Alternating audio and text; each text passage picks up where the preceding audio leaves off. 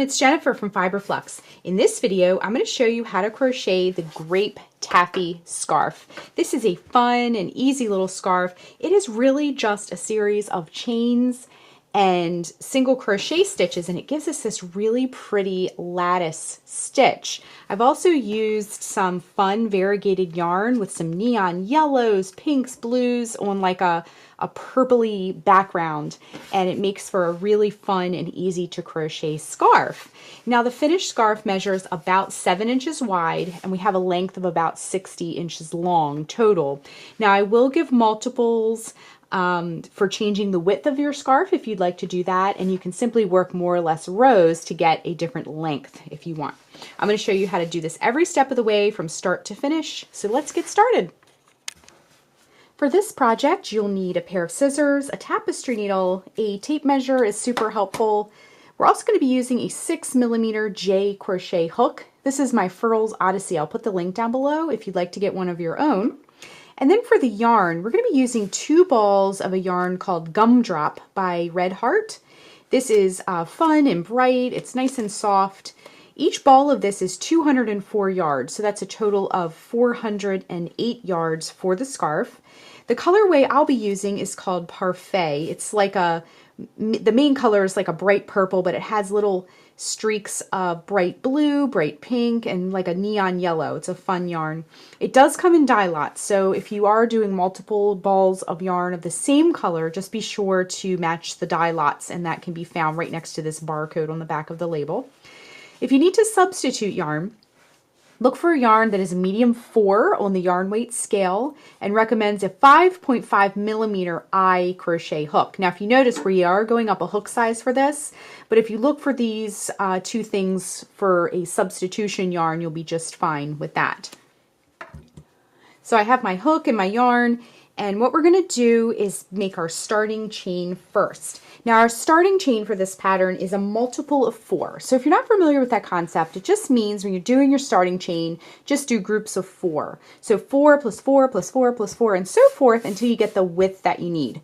We're going to do a starting chain of 24, but feel free to adjust as needed if you want to.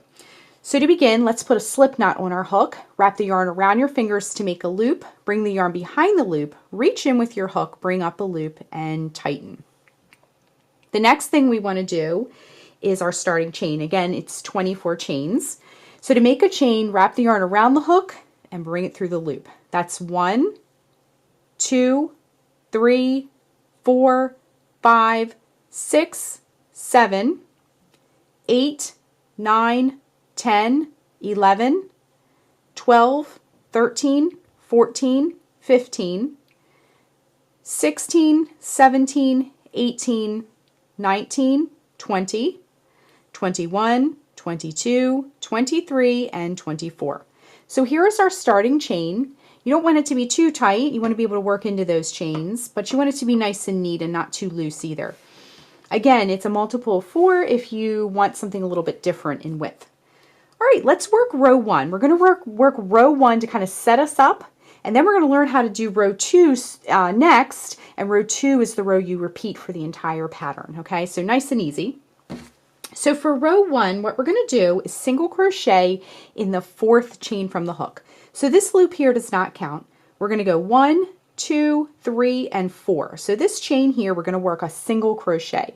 Insert the hook, and actually let me just zoom in just a little bit there. Okay, so what we're going to do is insert the hook to make that single crochet, bring up a loop. You'll have 2 loops on the hook, wrap yarn around the hook, bring it through both loops, and that's all.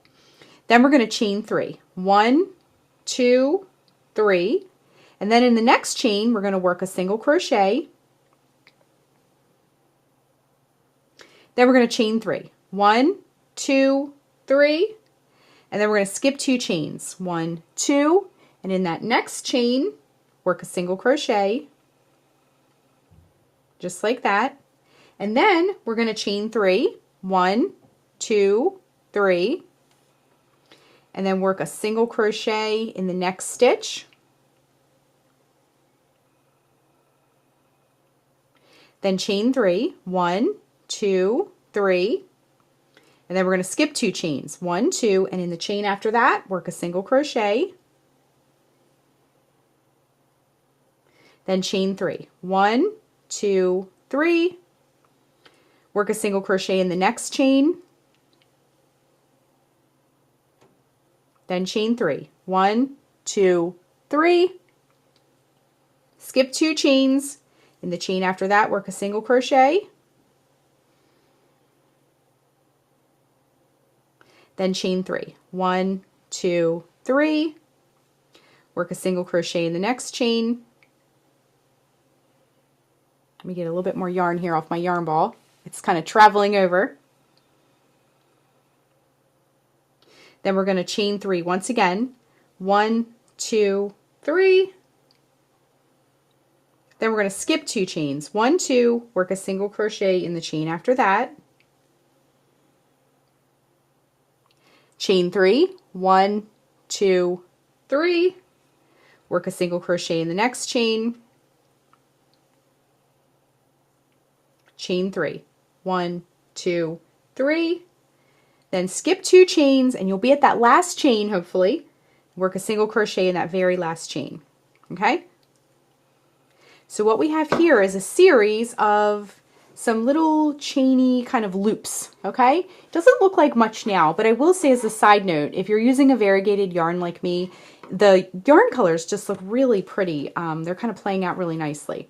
All right, so row 1 was the hardest row. It was chains and skipping and counting and things like that. Row 2 is much easier. So let's move on to row 2 next. For row 2, what we want to do is chain 3, 1, 2, 3, and turn our work.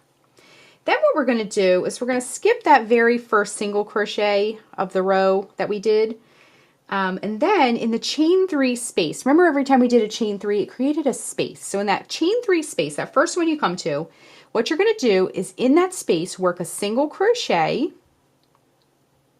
and then a chain 3, 1, 2, 3, and then a single crochet in the same space. Okay? Just like that. So it's going to make another little arc basically.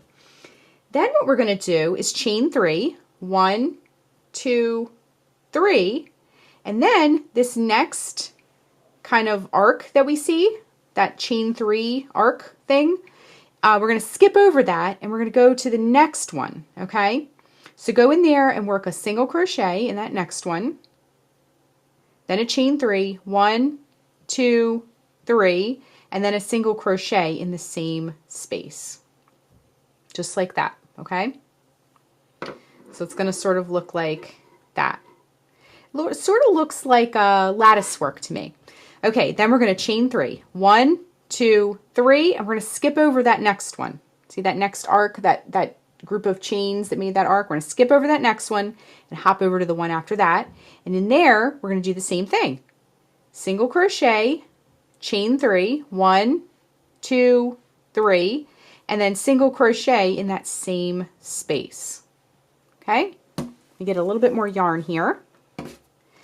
And then what we're going to do, once again, chain 3, 1, 2, 3, skip that next one, that next space that you come to, and hop to the one after that, and work a single crochet, chain 3, 1, 2, 3, and a single crochet in that same space. Okay, so you're starting to see a little bit of like arches and texture and the variegated yarns playing out. It looks really neat. Okay, let's chain 3, 1, 2, 3, and then skip that next space and hop over to the one after that and work a single crochet in that space. Chain 3, 1, 2, 3, and in the same space, work another single crochet. Okay, so we just did that all the way across.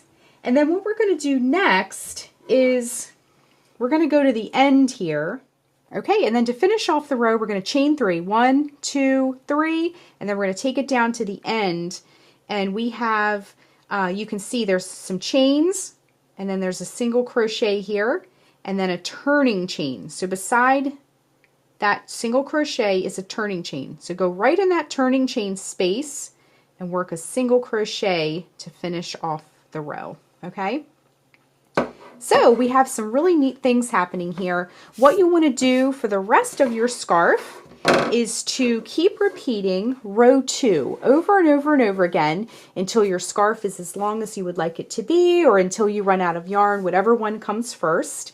And you're going to start to see some really neat open kind of arches happening and some texture. And for this stitch in particular, as I work up the rows, I like to, after each row or every couple of rows, I like to sort of shape it up a little bit, because you start to see they're almost like windows, and you have this little like cluster of chains in each window. So as you work it up, you'll be able to see a little bit better.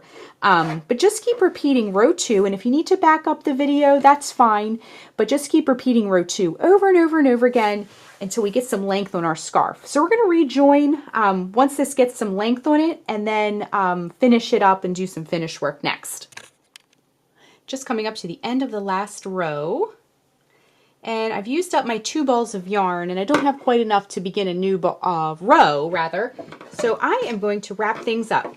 All right, so what I'm going to do is cut the yarn, and then we're going to fasten it off, wrap the yarn around the hook, bring it all the way through, and tighten. Then we can grab our tapestry needle, thread your tapestry needle, and we're just going to go in through here in one direction with our needle and come back in the other direction, just like that. All right, give it a little trim. And then if you have any other tails, I have one here where I joined my ball of yarn, and I have one at the beginning where we started. So go ahead and weave the rest of your tails in. So our ends are all woven in, and it looks absolutely beautiful. So that is how you crochet the Grape Taffy Scarf. Thanks so much for watching, and be sure and click the subscribe button to get all the latest Fiber Flux video updates. Thanks again.